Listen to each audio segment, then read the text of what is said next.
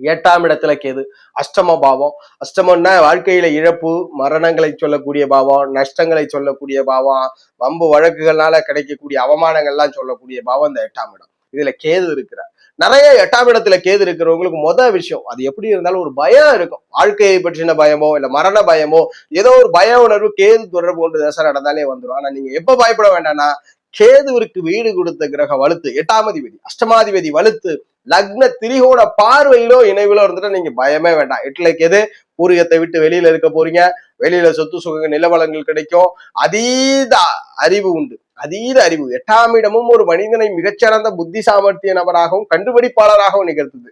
அப்ப இந்த 8ஆம் இடத்தினுடைய செயல்பாட்டால் கேது பகவான் ஜாதகரை ஞானவனாக மாற்றுகிறார். ஒருவேளை கேது 8ல் அவயோகி தொடர்புனா எப்பயுமே ஜாதகருக்கு பயம் இருந்துகிட்டே இருக்கும். 8ல கேது பயத்தை கொடுத்து கொண்டே இருக்கும்.